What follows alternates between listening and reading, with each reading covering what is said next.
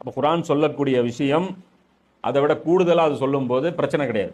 குரான் சொல்கிற விஷயத்துக்கு முரண்பாடாக ஆப்போசிட்டாக ஒரு விஷயம் சொல்லப்படும் போது தான் பிரச்சனை.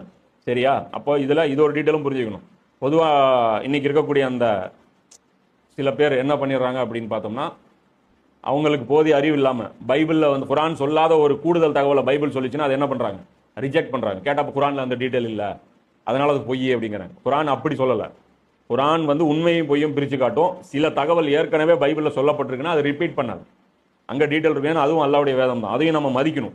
இப்போ இன்னைக்கு கலப்படமான பைபிள் இருக்குல்ல, இதே நிலையில தான் நபி ஸல்லல்லாஹு அலைஹி வஸல்லம் காலத்திலையும் இருந்துச்சு. ரசூலா இதை வந்து விமர்சிக்கலை, இதை வந்து இது குப்பை, இது வந்து புக்கு வந்து வேஸ்ட்டுன்னு சொல்லலை, இதுக்கு மதிப்பு கொடுத்தாங்க.